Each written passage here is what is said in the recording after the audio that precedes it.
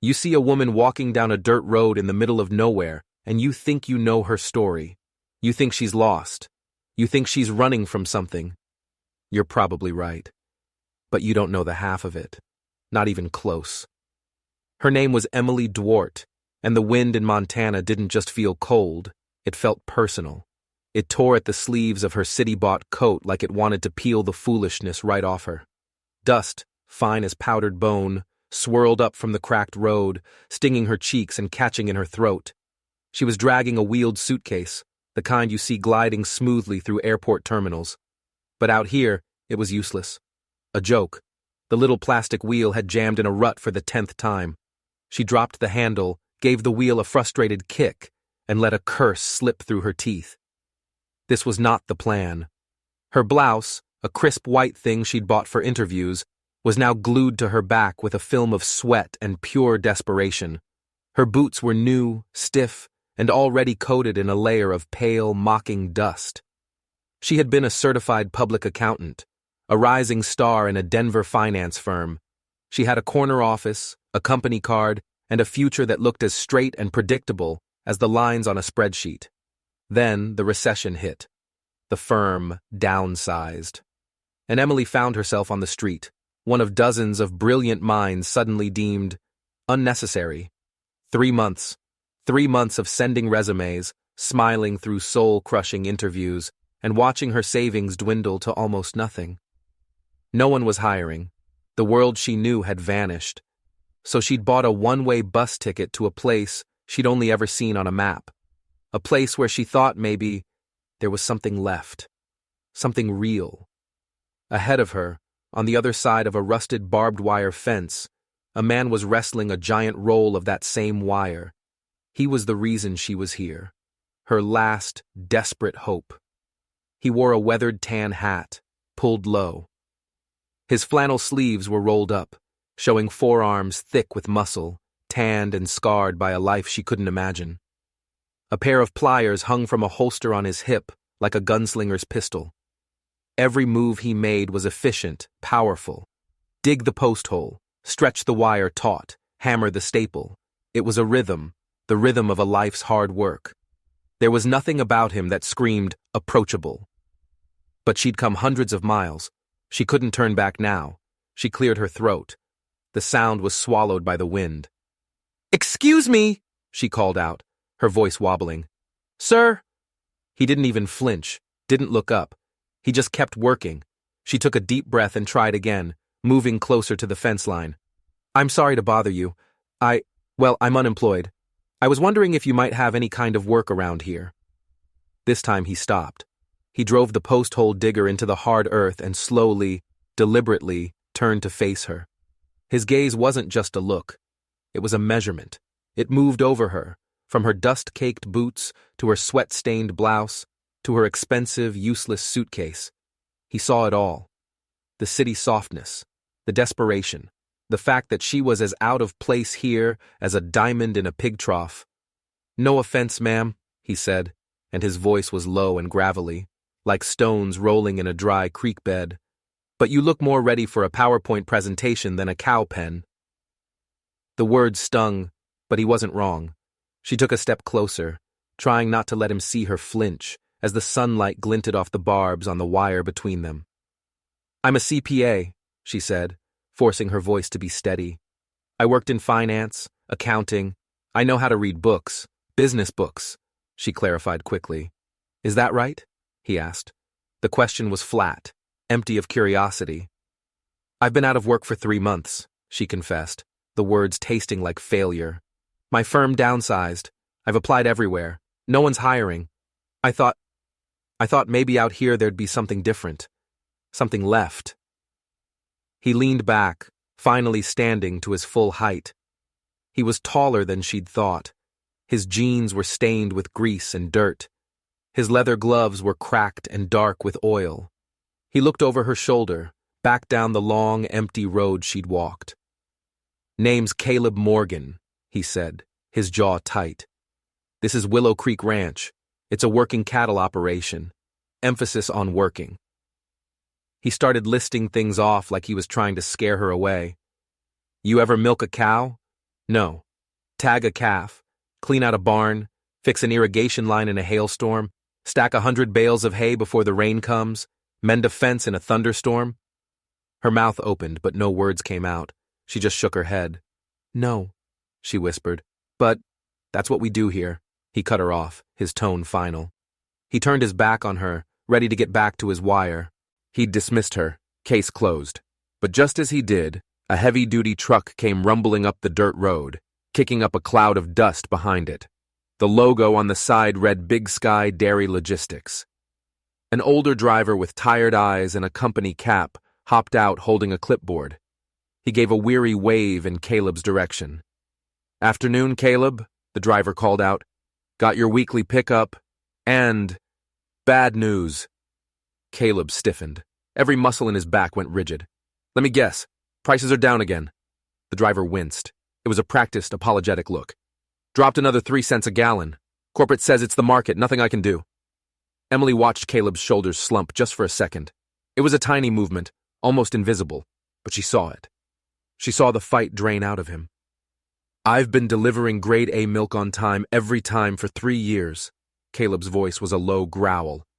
"We run this place by the book. My costs aren't dropping. My vet bills, my fuel, my feed, none of it is dropping. So why the hell should my prices?" "Don't shoot the messenger, man," the driver said, already backing away. "I just drive the truck." He held out the clipboard. Caleb snatched it, signed his name with a furious slash of the pen, and handed it back. Emily watched the truck rumble away, carrying thousands of gallons of fresh milk, and with it, a little piece of Caleb's hope. She had seen that look on his face before. She'd seen it in the mirror every morning for the last 3 months. It was the look of someone who was doing everything right and still losing. The look of someone being slowly bled dry. She took a breath. This was her one chance. Her only chance. "Excuse me," she said, her voice stronger this time. Caleb turned, almost surprised she was still there. "Have you thought about selling direct?" she asked. "To hotels, restaurants, local co-ops, cutting out the middleman entirely?" He stared at her, a flicker of something, annoyance, curiosity, in his eyes. "I worked at a consulting firm in Denver," she pressed on, walking along the fence line to stay in his view. "We did market analysis, vendor renegotiations, process streamlining. I know how to find inefficiencies. I know how to cut costs and maximize revenue." She looked him straight in the eye. "If you give me access to your books, just for 1 week, I think I can find you more than 3 cents a gallon. No charge. If I'm not useful, I'll be on the next bus out of town. You'll never see me again." Before Caleb could answer, another man emerged from behind a nearby shed. He was older, grizzled, with a dirty rag slung over his shoulder and a noticeable limp. He had a smirk on his face that was anything but friendly. "You gonna hire her, Caleb?" the man barked, looking Emily up and down with open contempt. "A city girl like that? She'll last 3 days. First time she steps in manure, she'll be running so fast, she'll be halfway to Salt Lake before sundown." "She asked for 1 week, Frank," Caleb muttered, not taking his eyes off Emily. "No pay." "Good," Frank snorted, "'cause we sure as hell can't afford to pay her."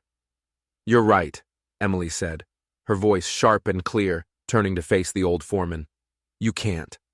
That's why you need someone who understands cash flow, profit and loss, and bleeding margins. And for the record," she added, her chin held high, "I'm not scared of manure." That got a grunt out of Frank. It might have even been a laugh. It was hard to tell. Caleb sighed, a long, weary sound that seemed to come from the soles of his boots. He pulled off his dusty leather gloves, stuffing them in his back pocket. "You got a name?" "Emily Dwart." He scratched the back of his neck, thinking. Finally, he gave a short, sharp nod. "There's a spare room in the main house. It's not the Ritz. The roof leaks when it rains hard, the heating is spotty, and there's 1 bathroom for 5 people. You wake up when the rooster crows and you eat what the cook May puts on the table. You're not useful, you're gone. Understood?" "Understood," she said, a wave of relief so powerful it almost made her dizzy washing over her. "And one more thing," Frank cut in, pointing a crooked finger at her. "You eat at our table. You work like one of us. That doesn't just mean on paper. You'll be expected to pull your weight out here, too." Emily didn't hesitate. She looked from Frank's suspicious glare to Caleb's unreadable face. "Deal," she said, and stuck her hand through the barbed wire fence. Caleb looked at her hand for a long moment. Then he took it. His palm was rough, calloused, and surprisingly warm. It was the handshake of a man who built things, who fixed things, who fought for things. It felt nothing like the cold, soft hands of the men in boardrooms she used to know. It felt real. He pointed her toward a rambling, two-story farmhouse that looked like it had been standing there for 100 years. As she picked up her ridiculous suitcase and started walking, she glanced back over her shoulder. She saw the miles of open pasture, the rolling hills, and the mountains in the distance under a sky so vast it felt like it could swallow her whole. And deep down, beneath the exhaustion and the fear and the failure, something else stirred. It wasn't hope, not yet. It was something older, something hungrier. It was purpose. She didn't know it yet, but she hadn't just found a job. She had stumbled into the middle of a war, and Willow Creek Ranch wasn't just a place to stay. It was the battlefield. The rooster crowed long before the sun had any intention of showing up. It was a raw, aggressive sound that cut through the deep silence of the ranch. Emily's eyes snapped open. For a second, she was completely disoriented. The ceiling was dark wood paneling. The window was framed with rough-hewn timber. The quilt wrapped around her smelled faintly of cedar and sunshine and something else. Hay. Then it all came rushing back. Montana, the ranch, the deal. Her phone screen glowed. 4:37 a.m. She'd overslept. Or, what passed for oversleeping here. She swore under her breath, scrambling out of the small, lumpy bed. She threw on jeans, a simple cotton shirt, and the sturdiest boots she owned, yanking her hair into a messy ponytail. No time for makeup, no time for straightening her hair. She splashed her face with icy water from the tap in the shared bathroom, grabbed her notebook and pen, and bolted out of her room. The main house was quiet. The kitchen, however, was alive.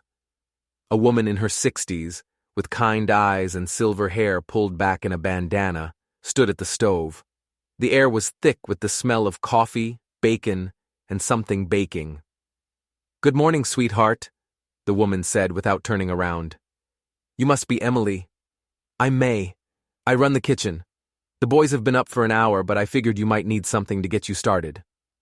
On the massive wooden table, a single plate was waiting. Scrambled eggs, thick-cut bacon, and a mug of coffee so dark it looked like crude oil. Emily felt a blush of embarrassment creep up her neck. "Thank you. I'm so sorry. I didn't mean to be late." May waved a dismissive hand. "First morning's always a shock to the system. Out here, we go by the sun, not the clock. You'll get used to it. Now eat.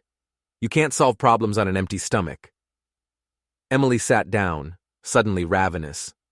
The food was simple and perfect. The eggs were creamy, the bacon was salty and crisp, and the coffee was strong enough to wake the dead and make them do chores. "Do you know where Mr. Morgan is?" Emily asked between bites. "Caleb?" May said, a small smile playing on her lips. "He'll be down at the milking barn. Him and Frank. But you'd better hurry. Once he's done there, he gets pulled into 100 other things. That boy moves like he's being chased." Emily tucked that observation away. "He seems intense." May turned from the stove, her expression softening. "He ain't mean, honey, just heavy. He's got the weight of 4 generations sitting on his shoulders. It'd make any man quiet." Finishing her breakfast, Emily thanked May and headed out into the pre-dawn chill. The air was crisp and smelled of damp earth and animals. She followed the sound of clanking metal and the low, gentle mooing of cows to a large barn. The smell hit her first. It was a potent mix of hay, sour milk, and the rich, earthy scent of manure that Frank had warned her about. She wrinkled her nose for a second, then took a deep breath and walked inside. Caleb and Frank were there, just as May had said. They were checking large metal milk cans, their breath pluming in the cold air. They both stopped and turned as she entered, their faces unreadable in the dim light. "Morning," Emily said, her voice sounding small in the cavernous space. Caleb glanced at his watch, a practical, no-nonsense thing with a scratched face. "Milking's been done for over an hour." "I know. I overslept. I'm sorry," she said, meeting his gaze directly. "It won't happen again." He gave a single, curt nod. He wasn't going to coddle her. She appreciated that. "The office is in that small building next to the house," he said, pointing with his chin. "It's a disaster. My dad, he didn't believe in computers. Everything's on paper. Invoices, receipts, tax forms. It's all stuffed in boxes and filing cabinets. Good luck." "Do you have any accounting software at all?" she asked, already picturing the chaos. Caleb shook his head. "We were starting to switch over to something called AgriSoft before Dad passed, but we never finished the transition. I've just been trying to keep up on paper since then. Spreadsheets ain't exactly my strong suit." A tiny spark of confidence ignited in Emily's chest. "They're mine," she said. "I'll start there." The office was even worse than he'd described. It wasn't an office. It was a tomb for forgotten numbers. Boxes overflowed with faded receipts. A rusted filing cabinet groaned in protest when she tugged a drawer open. The desk was buried under stacks of yellowed folders, and a thick layer of dust covered everything, a silent testament to years of neglect. This wasn't just messy. This was chaos. She rolled up her sleeves, tied her hair back tighter, and got to work. She wasn't just an accountant anymore. She was an archaeologist, digging through layers of financial history, searching for a story.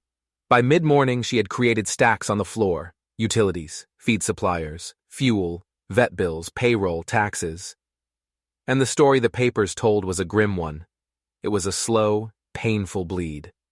She found an invoice from a feed supplier that had been paid twice, a fuel delivery receipt that didn't match the amount withdrawn from the bank account. And the tax filings? They were a complete disaster. The ranch was filed under a corporate tax classification meant for a massive agribusiness, not a family-run operation. It was costing them thousands, tens of thousands. This wasn't just bad luck or a falling market. This was something else. The numbers didn't just fail to add up. They felt wrong, deceptive. As she sat cross-legged on the dusty floor, surrounded by a sea of paper, a cold knot of dread began to form in her stomach. The duplicated payments weren't random. They were always to the same two suppliers. The fuel discrepancies weren't clerical errors. They were consistent monthly shortfalls. This wasn't incompetence. This was a pattern. A quiet, systematic siphoning of the ranch's lifeblood. May appeared at the door around noon, holding a sandwich and a bottle of water. "Figured you might forget to eat. How's the treasure hunt going?" Emily looked up, her eyes wide. "May, it's worse than I thought. It's much, much worse." "That bad, huh?" "It's not just bad," Emily said, her voice barely a whisper. She held up two invoices. "This is a feed delivery from March, and this is the payment for it. And this," she picked up another piece of paper, "is a second payment for the exact same delivery, made 2 weeks later." May peered at the papers. "A mistake, maybe?" "Maybe," Emily said, though she didn't believe it. "But I found 4 other mistakes just like it in the last 6 months, and the fuel supplier has been overcharging by 15% on every single delivery for the last year, and the tax penalties from the misfiling. May, this ranch isn't just bleeding money. It feels like someone is deliberately cutting its veins." May's friendly expression hardened. A look of fierce, protective loyalty flashed in her eyes. "Who?" "I don't know yet," Emily admitted, "but the payments have to be approved by someone. There should be a signature." She frantically shuffled through a stack of payment authorizations. She found the one for the duplicated feed payment. Her heart pounded in her chest as she looked at the bottom line. There was a signature, scrawled in faded blue ink, a signature authorizing the release of funds from the ranch's account. Emily's blood ran cold. She recognized the handwriting from the notes she'd seen on the milking schedule that morning. It was Frank's. The air in the dining room was thick with the smell of stew and unspoken tension. Caleb, Frank, and two other ranch hands, a young, eager kid named Carlos and a quiet, older man named Jorge, were gathered around the long wooden table for lunch. Conversation stopped the moment Emily stepped into the room. 4 pairs of eyes locked onto her. She felt like an intruder at a secret meeting. Her heart was hammering against her ribs, the signed invoice feeling like a lead weight in her hand. She had to play this carefully. Accusing the ranch foreman on her first day was a good way to get thrown out on her ear, evidence or not. "Excuse me," she said, her voice commendably steady. "I've been going through the financials. I found some significant discrepancies I thought you should be aware of immediately." Frank leaned back in his chair, crossing his thick arms over his chest. That same condescending smirk was back on his face. "Already? I'm impressed. Thought it would take a city girl a whole week just to figure out which end of the cow the milk comes from." The other men chuckled nervously. Caleb just watched her, his expression a blank wall. Emily ignored the bait. She laid a single sheet of paper on the table in front of Caleb. It was a summary she'd quickly drafted, outlining the major issues in simple, undeniable terms. "You're paying a feed supplier nearly 30% above the current market rate," she began, her voice crisp and professional. "You've also paid for several large fuel deliveries twice, and your tax classification is incorrect. Based on a preliminary review, these issues alone have cost the ranch over $15,000 in the last year." The room went dead silent. You could have heard a pin drop. The only sound was the buzzing of a lazy fly near the window. Carlos let out a low whistle. Jorge's eyes widened. Caleb stared at the paper, his brow furrowed in a deep line. He tapped a finger on the line item for the duplicated payments. "Are you sure about this?" "I have the invoices, the bank statements, and the payment authorizations to prove it," she said, her gaze flicking for a split second toward Frank. "I've cross-referenced everything." Frank hadn't moved a muscle. His smirk was gone, replaced by a stony, defensive glare. "My old man always said you can make numbers say anything you want." "These numbers speak for themselves," Emily countered, her voice hardening. $8,000 in duplicate payments and overcharges in just the last 6 months. What could you have done with an extra $8,000, Caleb? Caleb's jaw clenched. "I could have replaced the roof on the west barn, paid down some of the mortgage. I could have finally fixed the irrigation pump on the north pasture." He looked up from the paper, his eyes boring into Frank. "Who approves the payments, Frank? That's your job, isn't it?" The tension in the room ratcheted up another 10 notches. It was so thick you could taste it.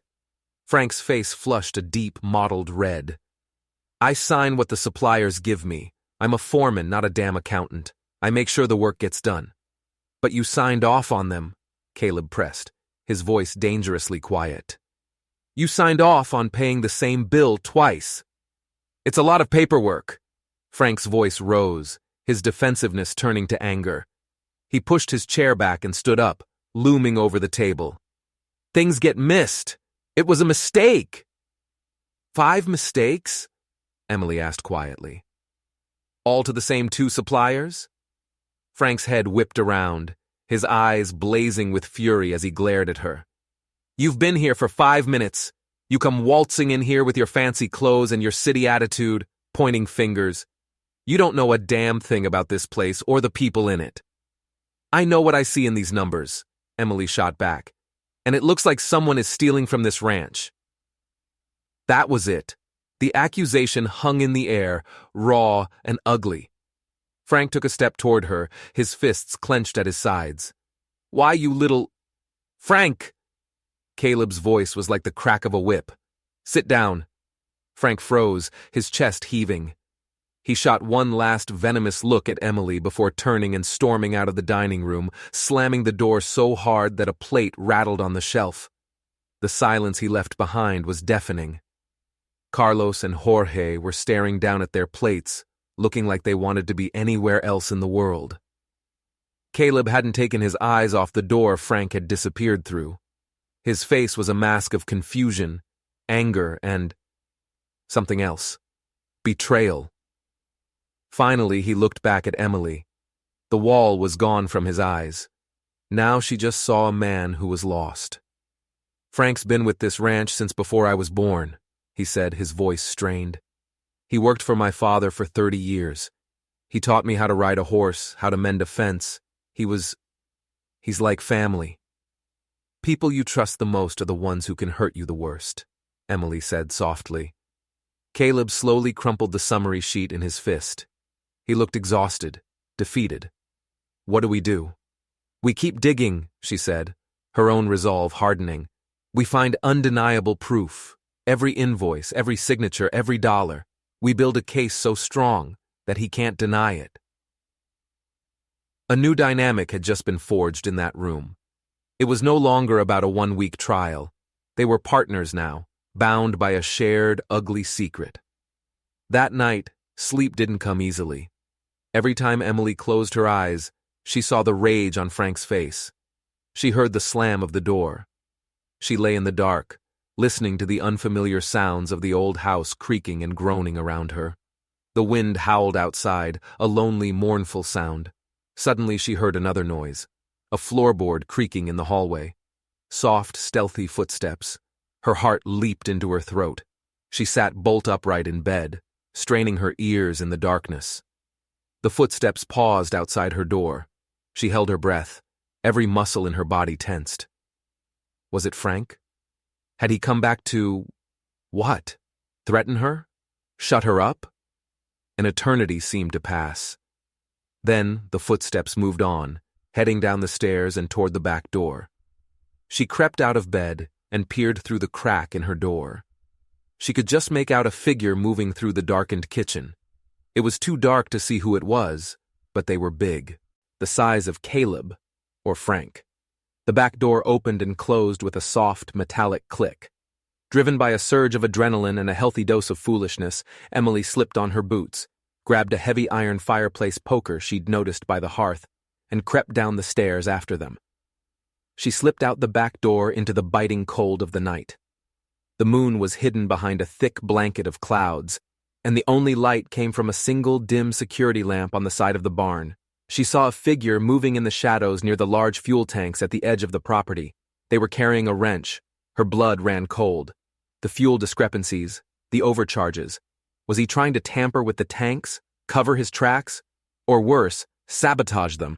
She tightened her grip on the iron poker, her knuckles white. She had to see who it was. She had to know for sure. Taking a deep breath, she stepped out from the shadow of the house and started moving silently across the yard, her heart pounding a frantic rhythm against her ribs. Every step felt like a gamble. She was 20 yards away, then 10. The figure knelt down by one of the tank's main valves, the wrench in their hand glinting in the dim light. They started to turn it. Emily knew she had to do something. Now. "Stop!" she yelled, her voice cutting through the night. "Stop right there!" The figure froze, then slowly stood up and turned to face her. The security light cast a long, distorted shadow across the yard. As the figure stepped fully into the light, Emily's breath caught in her throat. It wasn't Frank. It was Caleb. He stood there, frozen for a moment, the wrench still in his hand, his face a mixture of shock and something else she couldn't read. "Emily, what the hell are you doing out here?" he demanded, his voice a harsh whisper. She lowered the fireplace poker, feeling a wave of confusion wash over her. I heard someone. I saw you with the wrench. I thought..." She trailed off, not sure how to finish. "I thought you were the one sabotaging your own ranch." His expression softened slightly as he understood. "You thought I was Frank?" She nodded, feeling foolish. "I couldn't sleep," he said, gesturing with the wrench toward the fuel tank. "After what you showed me, I started thinking. The fuel bills, they haven't just been high. The tractors have been running rough, losing efficiency. I came out to check the lines. I found this." He pointed to the main valve he'd been working on, It's been loosened, just a fraction. Not enough to cause a major leak, but enough to let air into the line. It would make the engines burn more fuel, run harder. It would account for almost every dollar of the discrepancy you found. Emily stared at the valve. Sabotage. Deliberate, clever, and almost impossible to detect unless you knew exactly what you were looking for. So Frank, she started, is either a lot smarter than I give him credit for, Caleb finished, his voice grim, or he's not working alone. They stood in silence for a long moment, the cold wind whipping around them. The scope of the betrayal was growing, twisting into something more complex and sinister than a simple case of embezzlement. This wasn't just about stealing money. This was about crippling the ranch itself. We need to be smart about this, Emily said, her mind racing. We can't let them know we're onto them. We act normal. I keep digging into the paperwork, and you keep an eye on things out here. Caleb nodded, his eyes dark with a new, cold resolve. He's not going to get away with this. The next 2 days were a masterclass in deception. Emily exchanged polite, if strained, nods with Frank in the morning. She sat at the same dinner table with him, forcing down May's delicious pot roast, while her stomach churned with anxiety. Frank was acting differently. He was quiet, sullen, and he watched Emily with a look of pure loathing. But he also seemed nervous, constantly glancing over his shoulder. He knew the net was closing, or at least, he knew something had changed. Meanwhile, Emily dived deeper into the paper trail than ever before. She worked late into the night in the small, dusty office, fueled by May's strong coffee and a burning need for the truth. She cross-referenced every invoice from the last 3 years with bank statements, delivery manifests, and supplier price lists she found online. She discovered the overcharges weren't just from the fuel company. The feed supplier, a company called Montana Grain and Feed, was also systematically overbilling. But there was something strange about it. Montana Grain and Feed wasn't a big corporation like Big Sky Dairy. It was a smaller, regional supplier. Why would a small company risk their reputation with such a blatant scheme, unless they weren't the ones benefiting? On the 3rd day, she found it. Tucked away in a folder labeled Vendor Contracts from 4 years ago, she found the original agreement with Montana Grain and Feed. It was a standard contract with one exception. It had been negotiated and recommended to Caleb's father by another local businessman, a trusted friend and neighbor. The name signed on the recommendation letter made Emily's blood turn to ice. Don Claiborne. Don was a neighboring rancher, a man Caleb had mentioned was a close friend of his father's. He was a pillar of the community, the kind of man who was always the first to offer help after a bad storm. He ran a successful operation just a few miles down the road. It didn't make sense. Why would Don Claiborne orchestrate a kickback scheme against his friend? Unless he wanted something. Something more than just a few $1,000s in kickbacks. Emily's mind flashed back to her first day, to the conversation with the driver from Big Sky Dairy. Prices are down again. Corporate says it's the market. What if it wasn't the market? What if someone was deliberately trying to drive the price down? What if someone wanted Willow Creek to fail? A big corporation couldn't just come in and buy a historic ranch like this one. The community would fight it. But if the ranch went into foreclosure, if it failed on its own, then a holding company could snap it up for pennies on the dollar at a bank auction. The pieces started to click into place, forming a picture so ugly it made her feel sick. The sabotage wasn't just about crippling the ranch. It was about forcing Caleb to sell. The kickbacks from the suppliers, the manipulated fuel lines. It was all designed to bleed him dry, to push him to the breaking point. But who was the real player behind it all? Don Claiborne was a part of it, but this felt bigger than him. He was a pawn, not the king. That evening, she waited until the house was quiet before she went to Caleb's room and knocked softly on his door. He opened it, his face etched with exhaustion. "Find something?" "I think so," she said, her voice low. "Can we talk?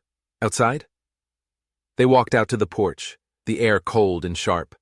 The sky was clear for once, a vast, dark canvas glittering with a million stars. "It's not Frank," she said without preamble. Caleb stopped, turning to face her. "What do you mean? The signatures?" "I think the signatures were forged," she said. "Or he was given dozens of papers to sign at once and just didn't look closely. The real person behind the overcharges, Caleb. It's Don Claiborne." She explained what she'd found. The supplier recommendation, the pattern of sabotage that went far beyond simple theft, the theory about forcing a sale. Caleb listened in stunned silence, his face growing paler with every word. Don Claiborne had been at his father's funeral. He'd clapped Caleb on the shoulder and told him to call if he ever needed anything. He'd been a constant, friendly presence his entire life. "No," Caleb whispered, shaking his head. "Not Don. It can't be. Why would he?" "I don't know," Emily admitted. "But the evidence points to him. He's been getting kickbacks from the feed supplier for years. He's the one who set it up." Caleb sank down onto the top step of the porch, running a hand through his hair. The betrayal was so profound it seemed to physically weigh him down. First Frank, his mentor, now Don, his father's best friend. His entire world was being dismantled, one trusted face at a time. "We have to be careful," Emily said, sitting down beside him. "If Claiborne is involved, this is far more dangerous than we thought. He's not just a thief, he's trying to destroy you." As they sat there in the cold silence, a pair of headlights appeared at the far end of the long driveway. A vehicle was turning off the main road, heading toward the house. It wasn't a ranch truck. It was sleek, dark, and expensive, and black SUV that moved with a quiet, predatory grace. It seemed to suck the light out of the night around it. It rolled to a stop in front of the house, the engine cutting off with a soft, expensive hum. The driver's side door opened. A man stepped out. He was in his late 30s, wearing a tailored blazer, expensive-looking jeans, and boots that had never seen a speck of mud. He carried a slim leather briefcase and wore a smile that was all polished charm and no warmth.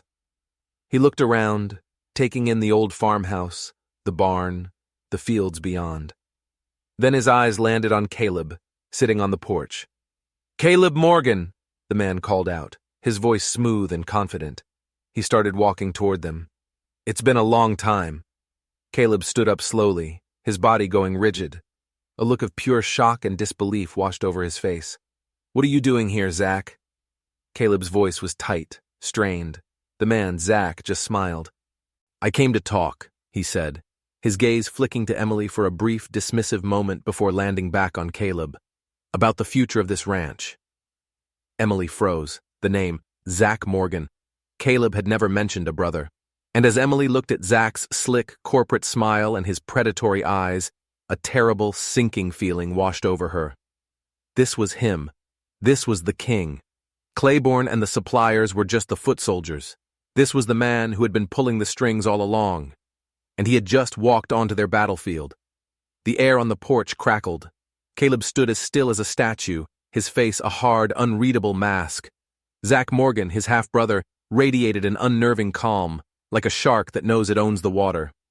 "You're not welcome here," Caleb said, his voice flat and cold. Zach's smile didn't falter. "Now, is that any way to greet family? I flew all the way from New York to see you, to help you." He gestured with his briefcase toward the ranch. "Let's be honest, Caleb. This place is on life support.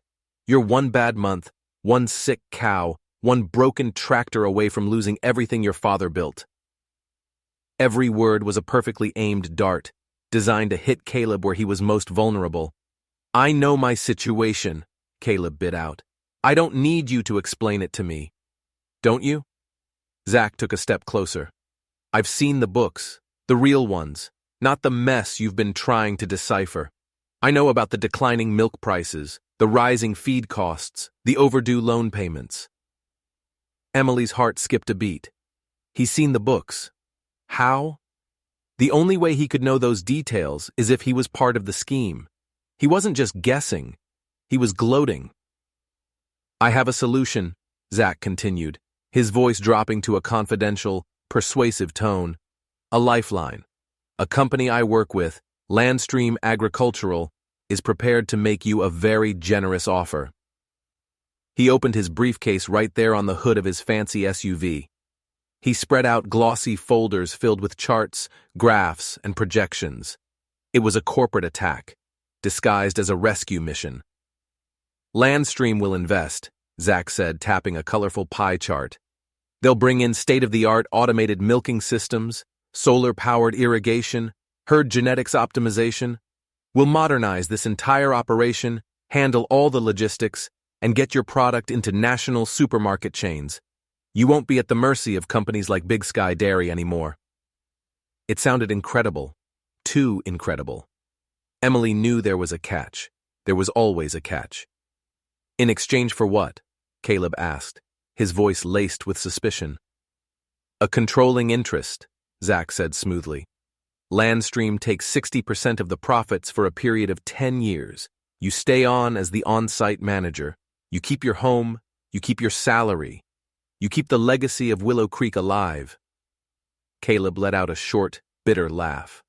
So I keep the dirt and the debt, and you and your corporate buddies take the future. You keep the ranch from becoming a ghost story, Zach countered, his voice losing some of its charm and gaining a harder edge. This place is dying, Caleb. I'm offering you a way to save it. The only way. And what about the people here? Caleb asked, his gaze sweeping toward the dark windows of the main house where May, Carlos, and Jorge were sleeping. What happens to them? To Frank? Zach's expression was dismissive. There will be restructuring. With automation, you won't need as many hands. That's just business. Those people are my family, Caleb said, his voice a low growl. They're employees on a failing ranch, Zach snapped back. Sentimentality is a luxury you can no longer afford. He began packing up his folders, the presentation over. He had laid his cards on the table. Think about it, Caleb, but don't think too long. An offer like this doesn't stay on the table forever. He closed his briefcase with a sharp click. Then, he turned his attention to Emily for the first time. His eyes raked over her, a slow, condescending appraisal. A small, knowing smile played on his lips. And you must be the new help, he said. Let me guess. You're the one who's been giving him all this false hope. Before Emily could respond, his smile widened. Wait a minute. I know you. Emily Dwart, formerly of Green River Consulting, Denver office. You were in the M&A Analytics Department, specialized in agricultural acquisitions. Your team put together the viability report on this entire region. The world seemed to tilt on its axis. Emily's stomach plummeted. Caleb turned his head slowly, his eyes locking onto hers. The look in them was one of dawning, sickening horror. You know each other? Caleb asked, his voice barely a whisper. We don't, Emily said quickly, her heart pounding. I've never met him before in my life. Not personally, no, Zach said, enjoying every second of this. But I know her work. Very thorough. Her firm, Green River, was the one Landstream hired to identify undervalued agricultural assets in Montana, ranches that were ripe for acquisition. Her report was what put Willow Creek on our radar in the first place. The accusation hung in the air, thick and poisonous. Caleb's face had gone completely pale. He looked at Emily as if he were seeing a ghost, a viper he'd welcomed into his home. Is that true? He asked, his voice trembling with a hurt so deep it was terrifying to witness. You worked for the company that's trying to buy this place? Yes, but... Emily's words caught in her throat. But I didn't know. I didn't know Willow Creek was one of the targets. The reports were all coded. I never saw the names of the ranches, I swear, Caleb. She's right, Zach chimed in, twisting the knife. The junior analysts like her just crunch the numbers. They don't get the full picture. But her department head, a man named Mark Renshaw, he certainly did. He and I had many productive conversations. Zach then pulled out his phone. In fact, I think I still have some of the emails. He tapped the screen a few times, then turned it toward Caleb. There, on the glowing screen, was an email thread. The subject line read, Project Willow, Acquisition Strategy. And there, clearly visible in the CC line of an email from Mark Renshaw to Zach, was another address. Edward at greenriverconsulting.com. Her email address. It was a fake. It had to be a fake, a forgery. Zach must have added her name to it. But it looked real. So sickeningly, damningly real. Emily stammered, her mind reeling. That's not possible. I was never on that email. I would have remembered. You left the company right after that report was submitted, didn't you? Zach said, his voice dripping with false sympathy. Came out here looking for a new job. What a coincidence. Emily looked at Caleb, her eyes pleading with him. I left because I hated what we were doing. I left because I realized I was helping corporations like Landstream destroy communities, destroy places like this. I came here to get away from that. You have to believe me. Caleb just stared at her, his face a canvas of utter betrayal. The trust they had built, the partnership they had forged in the late hours over dusty ledgers, it all crumbled to ash in that single, terrible moment. He didn't see the woman who had helped him, the woman who had uncovered the truth. He saw a corporate spy, a liar. The worst part was, from his perspective, the evidence was undeniable. I don't know what to believe anymore, he said, his voice hollow. Zach clapped his hands together, the sound unnaturally loud in the tense silence. Well, I think my work here is done. Caleb, my offer stands. You have 48 hours to decide. He gave Emily one last triumphant smirk. It was a pleasure to finally meet you, Miss Dwart. You do good work. He got into his SUV and drove away, leaving a cloud of dust and shattered trust in his wake. Emily turned back to Caleb. His face was like stone. Caleb, please, she whispered, taking a step toward him. Let me explain. He faked that email. He's twisting everything. I think you've explained enough, he said, his voice devoid of all emotion. He wouldn't even look at her. He just stared at the spot where the SUV had been. Everything I've done here, finding the leaks, the sabotage, it was all real. I was helping you. Were you? He said, finally turning to look at her. The warmth she had seen in his eyes was gone, replaced by an icy, impenetrable wall. Or were you just cleaning the place up to make it a more attractive purchase for your friends? The accusation hit her like a physical blow. You should pack your things, he said, his voice flat. Final. Caleb. Go, he said, turning his back on her. I want you gone by morning. He walked away, back toward the barn, without another word, leaving her alone on the porch with the wreckage of their trust. She had come to Willow Creek to escape the wreckage of her life, only to find herself at the center of a new, more devastating disaster. And this time, she was completely and utterly alone. Packing was a blur, a hollow, mechanical process. Each folded shirt, each item dropped into her suitcase, felt like a stone being dropped into her own heart. The house was silent, but it was a loud, accusing silence. She could feel the weight of their judgment from behind the closed doors. May came to her room, her face etched with confusion and sadness. Honey, what's going on? Caleb won't say a word. Emily just shook her head, unable to speak past the lump in her throat. How could she explain? How could she defend herself against a lie so perfectly crafted? I have to go, May. But you fix things. You were helping.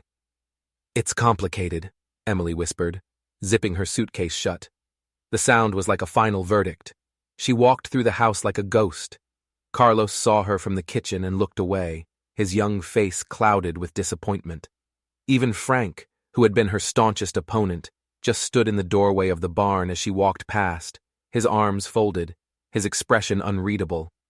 No smirk. No, I told you so. Just a quiet, heavy watchfulness. She didn't wait for the bus. She just started walking, dragging her suitcase down the same long, dusty road she had arrived on. It felt like a lifetime ago. She didn't look back. If she looked back, she knew she would break. Back at the ranch, the silence Zach had left behind curdled into a thick, poisonous fog. Dinner was a silent, miserable affair. May put the food on the table, but no one had an appetite. Caleb sat on the porch, staring out into the darkness, for hours. The glossy Landstream proposal sat on the table beside him, untouched. He felt hollowed out, betrayed, not just by Emily, but by his own judgment. He had let her in. He had trusted her. He had started to feel something for her, something hopeful and bright in the middle of all the darkness. And it had all been a lie. Late that night, long after everyone else had gone to bed, he finally went into the small, dusty office. Her presence was everywhere. The neat stacks of files, the color-coded folders, the organized desk, a stark contrast to the chaos he'd been living in before she arrived. On top of the filing cabinet, where she knew he would see it, was a single white envelope. His name was written across the front in her neat, precise handwriting. For a long time, he just stared at it. He didn't want to open it. He didn't want to read more lies, but he couldn't bring himself to throw it away either. Finally, with a sigh of resignation, he picked it up and tore it open. The note was short. "Caleb, I know you won't believe this now, but I never came here to hurt you. When I got off that bus, I didn't even know this ranch existed. I only knew I had to get away from a job that was making me ashamed of who I was becoming. I was helping companies like Landstream swallow places like this, and I couldn't do it anymore. I don't know how your brother faked that email, but he did. Everything I did here, every late night in this office, was to try and help you save this place. Not for them, for you. I understand why you're angry, but I hope that someday you'll remember the work I did and believe that my heart was in it. I didn't fake that. Not a single moment. Emily." He read it once, then twice, then a third time. The words were simple, direct. They sounded like her. They felt true. But the email on Zach's phone had also looked true. He sank into the creaky office chair, the letter clutched in his hand. His mind was a battlefield. His gut, his heart, told him she was telling the truth. But the evidence, the cold, hard facts Zach had presented, told him she was a spy. He was so tired of fighting. Zach's offer sat there, a simple, easy way out. He could sign the papers, take the money, and all this pressure, all this debt and worry would just disappear. He could save the ranch's name, even if it meant losing its soul. He leaned forward, his head in his hands. He felt his father's presence in the quiet room, the weight of his legacy. What would he have done? His father had been a man who trusted his gut above all else. He'd always said, "You can fake paper, but you can't fake character." Caleb looked at the letter again. I didn't fake that, not a single moment. An idea, small and desperate, began to form in his mind. Zach had faked an email. Could he prove it? It seemed impossible. But then he remembered something else his father used to say. When you don't know what to do, go back to the beginning. The beginning, before Zach, before the sabotage, before everything started to go wrong. He stood up and walked over to a tall, dusty bookshelf in the corner. It was filled with old ranching manuals, almanacs, and his father's personal records. He pulled down a thick, leather-bound ledger labeled Personal. He didn't know what he was looking for. He just knew he had to look. He flipped through the pages, his father's strong, familiar handwriting filling the lines. Notes about cattle bloodlines, rainfall totals, memories of Caleb's childhood. And then he found it. Tucked into the back of the ledger was a separate, smaller notebook. A journal. The last one his father ever kept. Caleb's hands trembled as he opened it. His father hadn't been a man for sentiment, and Caleb had never seen him write in a journal before. He started reading. The entries were short, terse. Worries about the drought, frustration with a broken pump. And then, about a year ago, the entries started to change. October 12th, Z called. First time in 5 years. Asking questions, too many questions, about the finances, the loans, smells like a vulture circling. Caleb's blood ran cold. Z Zach. His father had known. He'd been suspicious of Zach a full year before he died. He kept reading, his heart pounding. November 3rd, Don was over, asking strange questions too, about cash flow. Said he was just concerned. I don't buy it. He and Z were always thick as thieves when they were kids. A snake is a snake, no matter how long it's been since you've seen it shed its skin. Don Claiborne, his father had suspected him too. He'd seen the whole conspiracy starting to form. The final entry was dated 2 days before his father's fatal tractor accident. It was short, and it made the hairs on the back of Caleb's neck stand up. January 5th, met with the bank, set up the emergency line of credit just in case, put the land deed for the north pasture up as collateral. It's separate from the main mortgage. Z doesn't know about it. It's my ace in the hole. If the boy ever needs it, it'll be there. A final firewall. Caleb stared at the words, his mind reeling. An ace in the hole, a secret line of credit, a firewall against Zach. His father hadn't just been a rancher, he'd been a warrior, fighting a secret war to protect his family and his legacy. And he had left Caleb a weapon. A wave of shame and regret washed over him. He had been so blind, so quick to believe the worst of Emily, the one person who was actually on his side. He had let the real enemies walk right in the front door and hand him a pen to sign away his birthright. He looked at Emily's letter, then at his father's journal. The truth was finally clear, and it was a terrible, painful thing to behold. He had made a mistake. A horrible, gut-wrenching mistake, and he had to fix it. He stood up, a new fire in his eyes. The exhaustion was gone, replaced by a cold, hard fury. Zach had given him 48 hours. He was going to use every single second. His first stop was Frank. He found the old foreman in the barn, silently sharpening a set of shears.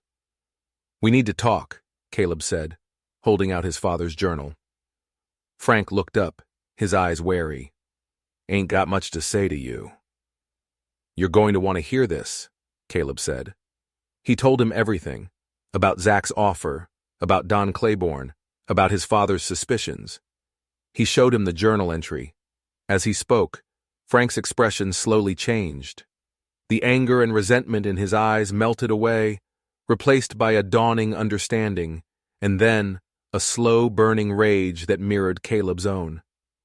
When Caleb was finished, Frank was silent for a long time. He set down the shears carefully. "I knew it," he finally rasped, his voice thick with emotion. "I knew something was rotten. After your dad died, things started slipping. Small things at first. A bill that seemed too high. A tool that went missing. I couldn't put my finger on it. I started watching everyone, even you." He looked Caleb in the eye, and then she showed up. He shook his head. "I was wrong about her, Caleb. I was a damn fool. I was so busy watching the sheepdog, I didn't see the wolves sneaking in the back fence." Then he said the words that solidified their new alliance. "Last month," Frank said, his voice low, "I saw a fancy black SUV parked down the road by the entrance to Claiborne's place. It was late. I saw Don get in. He was with another man, a man in a suit." Caleb's jaw tightened. "Zach." "So what are we going to do about it, boss?" Frank asked. And for the first time in a long time, the word boss sounded like a statement of loyalty, not a habit. Caleb looked around the barn at the place his father had built, the place he was about to lose. "We fight," Caleb said, "but we're not going to fight him on his terms. We're going to use an idea that Emily gave me." He paused. "We're going to start a revolution." Denver felt like a foreign country, gray, loud, and suffocating. Emily had found a small, soulless sublet apartment that smelled of stale air and someone else's regrets. She spent her days scrolling through job listings that all felt like the same trap she'd just escaped, and her nights staring at the ceiling, replaying her last conversation with Caleb over and over again in her head. The hurt was a physical thing, a constant, dull ache in her chest. It wasn't just about the job or the ranch. It was him. She had allowed herself to trust him, to believe in what they were building together, and he had shattered it with a single word: go. She tried to be practical. She updated her resume. She had coffee with an old colleague who talked non-stop about market trends and synergy, words that now sounded like a dead language to her. She felt like a ghost, haunting the edges of a life she no longer wanted.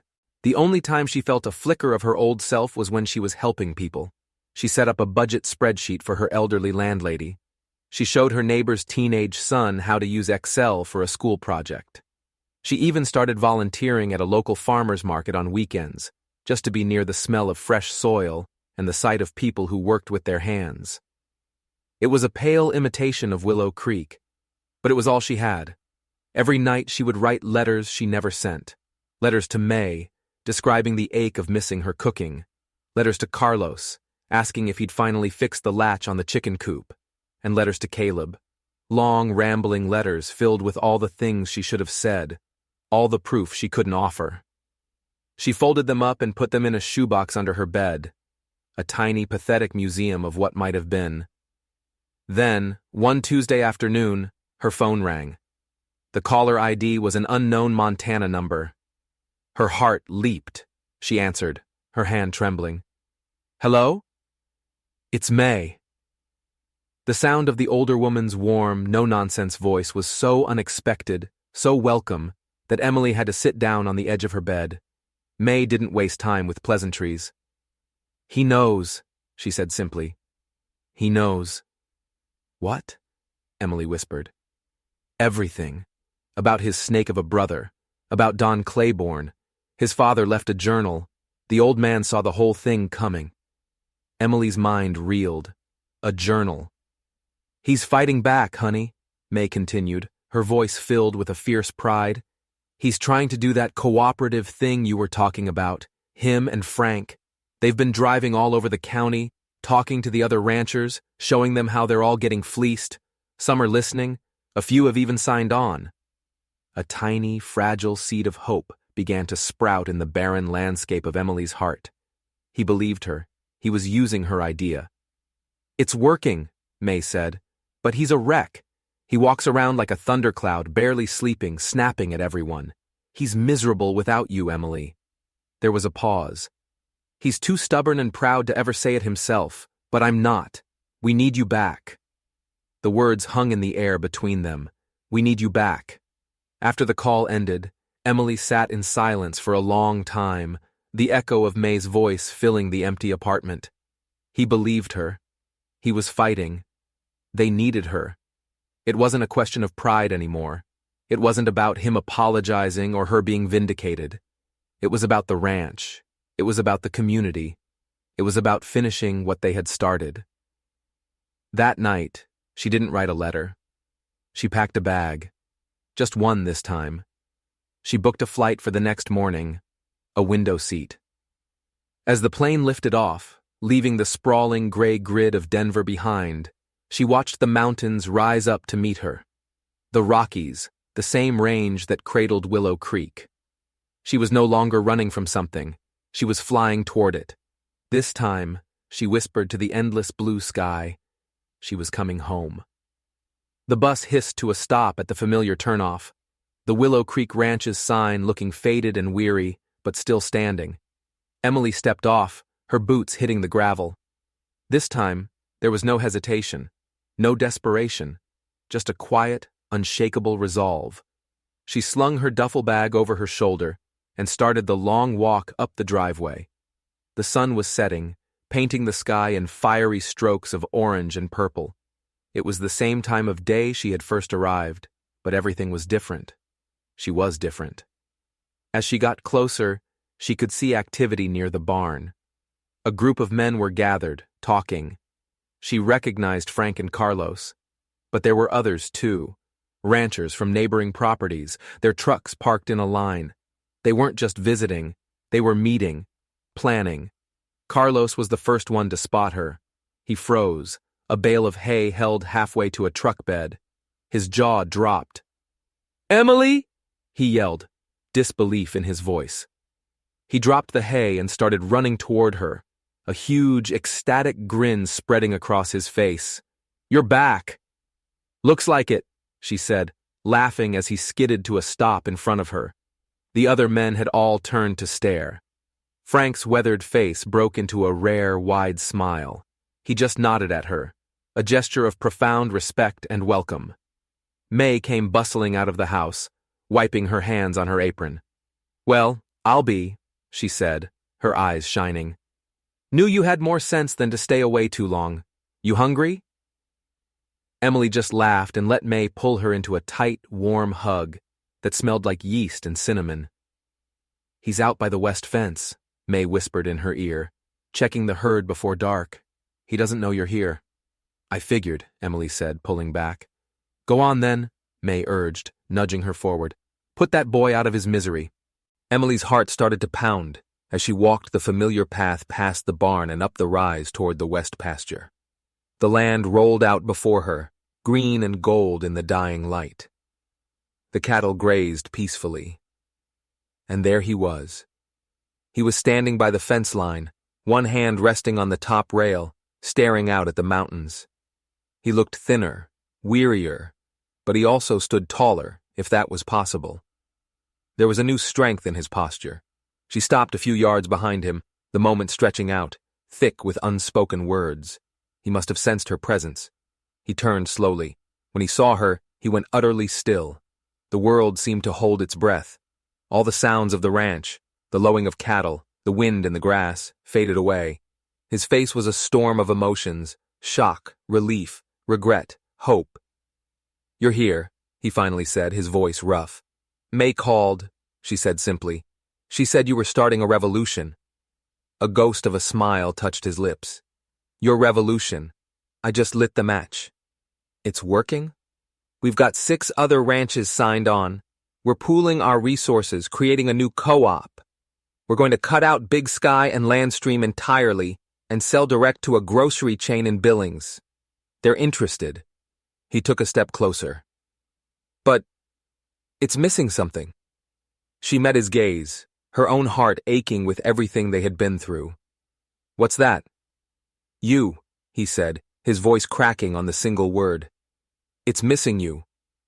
The silence that followed was different. It wasn't empty. It was full of apologies, forgiveness, and the painful, beautiful truth of what they had almost lost. He closed the distance between them, stopping just in front of her. Em, he started, his voice thick. I am so sorry for not trusting you, for being a blind fool. You had every reason to doubt me, Caleb. She cut him off softly. Your brother set a perfect trap, but I never for 1 second stopped believing in this place. Or in you. He reached out and took her hand. His calloused palm felt like an anchor. My father's journal. It told me everything. He knew what Zach was. He knew about Don. He shook his head, a look of deep pain in his eyes. He tried to warn me. Now we fight back, she said, lacing her fingers through his. Together. He squeezed her hand, his eyes searching hers. Are you sure? After everything? I've never been more sure of anything in my life, she said. That was all he needed to hear. He pulled her to him, wrapping his arms around her in a hug that was fierce and protective and desperate all at once. He buried his face in her hair, and she could feel the tension, the weeks of fear and loneliness, finally draining out of him. They stood there for a long time as the last light faded from the sky, 2 broken pieces that had finally found their way back together, stronger in the places where they had been cracked. The war wasn't over. In fact, the hardest battle was yet to come. Zach and Landstream wouldn't just give up. They would fight back, harder and dirtier than before. But now, Caleb and Emily were ready. They had the truth. They had the community. And they had each other. As they walked back toward the farmhouse, hand in hand, the lights of the house glowed ahead of them, a beacon in the darkness. It was no longer just a place to stay. It was a fortress, and they were its defenders. The next 2 weeks were a whirlwind. The farmhouse became a war room. The long dining table, usually reserved for May's meals, was now permanently covered in maps, spreadsheets, legal pads, and coffee mugs. Emily and Caleb worked side by side from sunup to sundown. She was the strategist, he was the general. She built the financial models for the new co-op, drafted the legal framework, and negotiated with the grocery chain in Billings. He rallied the troops, traveling from ranch to ranch, convincing hesitant farmers to join their cause. He spoke with a newfound authority, his words resonating with men who, just weeks ago, saw him as a kid struggling to fill his father's boots. Frank became his formidable lieutenant, his deep-seated knowledge of the community and its people proving invaluable. May was the quartermaster, keeping the entire operation fed and caffeinated. Carlos and Jorge were the eager foot soldiers, running errands, making calls, and spreading the word. The Willow Creek Cooperative was born not in a boardroom, but around a kitchen table, fueled by desperation and a shared sense of justice. They knew Zach would retaliate. They were waiting for it. The first shot was fired a week later. The grocery chain in Billings suddenly went cold. The buyer, who had been so enthusiastic, was no longer taking their calls. Caleb found out why from a cousin who worked in their corporate office. Landstream Agricultural had approached the chain with an offer they couldn't refuse. They would supply milk from their other corporate-owned dairies at a price so low the co-op couldn't possibly compete. They were trying to starve them out before they could even get started. "He's cutting off our air supply," Caleb said, slamming his fist on the table after he got off the phone. The half-dozen ranchers gathered in the kitchen looked defeated. It had been their one big hope. "It's a classic squeeze play," Emily said, her mind already racing, looking for another way. "He can't sustain those low prices forever. He's taking a loss just to kill us. We just have to find a different market." "There is no other market," one of the ranchers, a weary man named Bill, exclaimed. "Big Sky controls all the local distribution, and Landstream is locking up the regional chains. We're boxed in." They were right. It was a checkmate. "Unless, then we don't sell to a chain," Emily said, an idea sparking in her mind. "We don't need a middleman at all. We go straight to the people." They all looked at her, confused. "A farmer's market," she said, her voice gaining excitement. "But not just any farmer's market. We create our own brand, the Willow Creek Cooperative. We tell our story. Real milk from real Montana families. We can bottle the milk ourselves, right here. We can make cheese, butter, ice cream. We control the product, the price, and the narrative." May's eyes lit up. "I haven't made cheese in years, but my grandmother's recipe for cheddar would win awards. And my wife makes the best butter you've ever tasted," another rancher added. The energy in the room shifted. The despair began to morph into a fragile, defiant hope.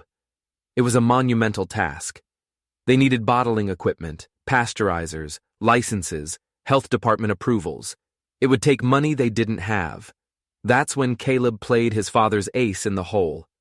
He went to the bank and secured the emergency line of credit his father had set up, using the deed to the north pasture. It wasn't a fortune, but it was enough. Enough to buy the second-hand equipment they needed. Enough to get started. While they scrambled to set up their new micro-dairy, Zach fired his next shot. This one was personal.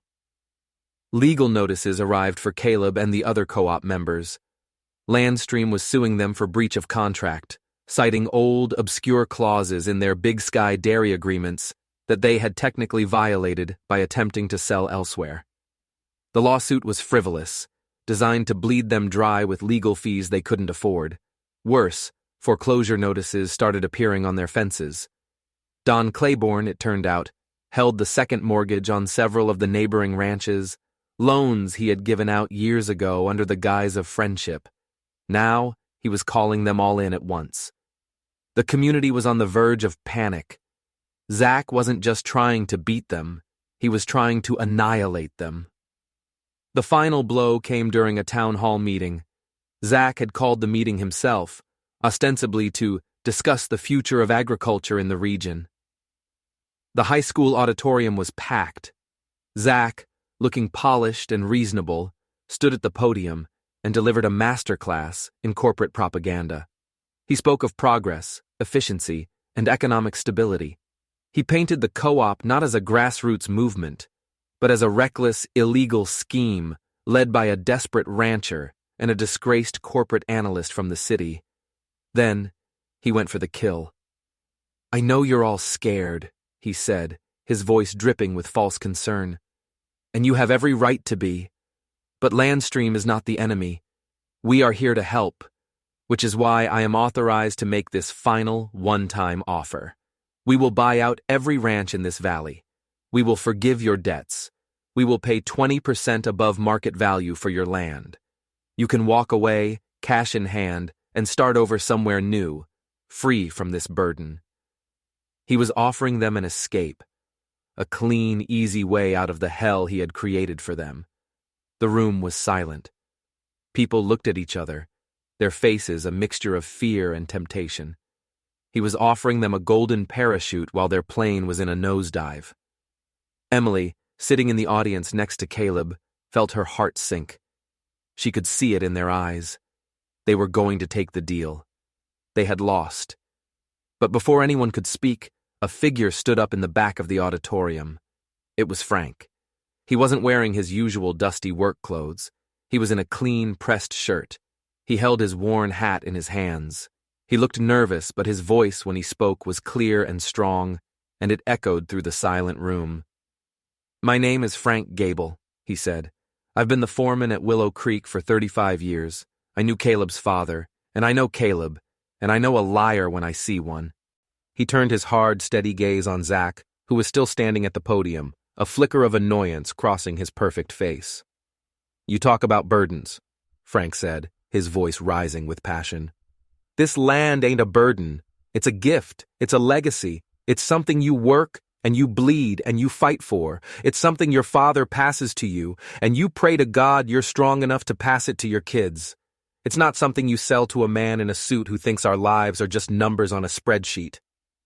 He then turned to Don Claiborne, who was sitting in the front row looking smug. "And you, Don, we all thought you were a friend, a neighbor, but you were just another wolf in sheep's clothing, helping this vulture pick our bones clean." A murmur went through the crowd. "This ain't about progress," Frank's voice boomed. "This is about greed. They want our land, they want our water, and they are trying to scare us into giving it to them for a fraction of what it's worth." Then Emily stood up. She walked to the front of the auditorium and stood beside the podium, facing Zach. She held a single piece of paper in her hand. "My name is Emily Dwart," she said, her voice shaking slightly but full of conviction. "Mr. Morgan is right about one thing. I did work for the consulting firm that Landstream hired. My job was to analyze data, and I've spent the last several weeks analyzing his." She held up the paper. "This is a sworn affidavit from the head of IT at my former company. It confirms that the email Mr. Morgan used to discredit me was a forgery. The server logs show it was created and sent from an external IP address, not a company server. An IP address that, with a little more digging, I was able to trace back to a shell corporation owned by Landstream Agricultural." A collective gasp went through the auditorium. "He didn't just lie to you," Emily said, her voice ringing with clarity. "He committed fraud to try and tear this community apart." She wasn't finished. "He talks about market value, but what he doesn't tell you is that Landstream, through a series of subsidiary companies, has spent the last year systematically depressing the land values in this entire region. They bought up water rights downstream, lobbied for zoning changes that would hurt agricultural businesses, and created the very economic crisis that they are now pretending to solve. They didn't just predict the storm. They created it." She laid out the evidence, piece by piece, her voice getting stronger with every sentence. She had the documents, the records, the proof. She had used her corporate skills, the very tools that were meant to destroy them, to expose them instead. When she was done, the silence in the room was absolute. Caleb stood up and walked to the front, standing beside her and Frank. The three of them. The rancher, the accountant, and the foreman. An unlikely trinity of defiance. He looked out at the faces of his friends and neighbors. He's offering you cash, Caleb said, his voice raw with emotion. We're offering you a chance to fight, a chance to own your own future, a chance to keep this place, our home, for our children and their children after them. It won't be easy, but nothing worth having ever is. He looked directly at Zach, his eyes blazing. We are not for sale. The silence was broken by a single person clapping. It was May. Then another person joined in. Then another. Within seconds, the entire auditorium was on its feet, the sound of their applause a thunderous roar of unity and defiance. It was a sound of a community waking up, a sound of a revolution being won. Zach stood at the podium, his face pale, his perfect composure finally shattered. Don Claiborne was already slinking out a side door. The crowd was turning on them, their expressions a mixture of anger and betrayal.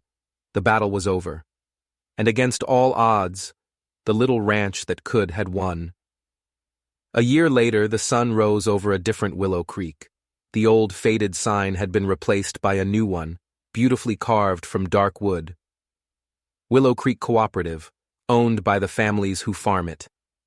The co-op store, built where an old, dilapidated shed used to be, was bustling.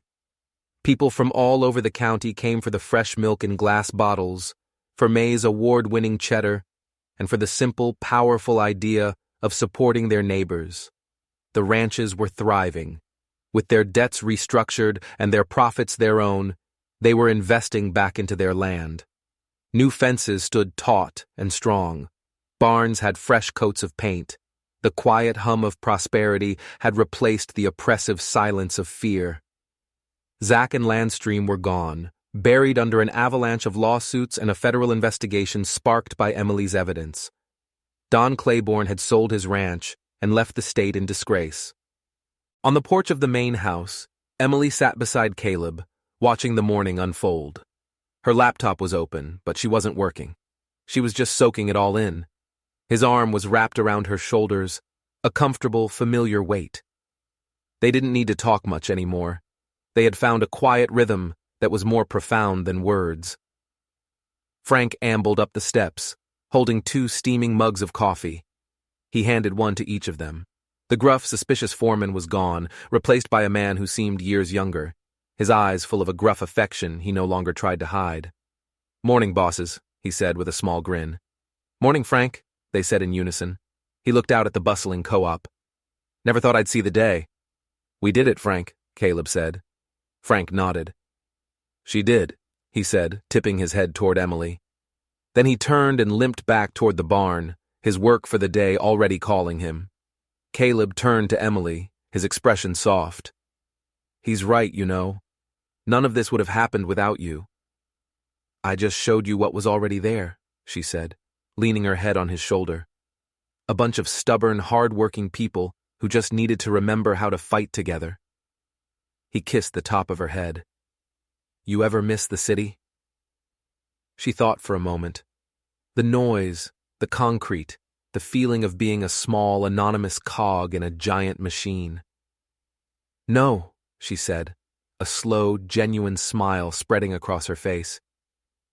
"I think I was lost for a long time, and I just didn't know it.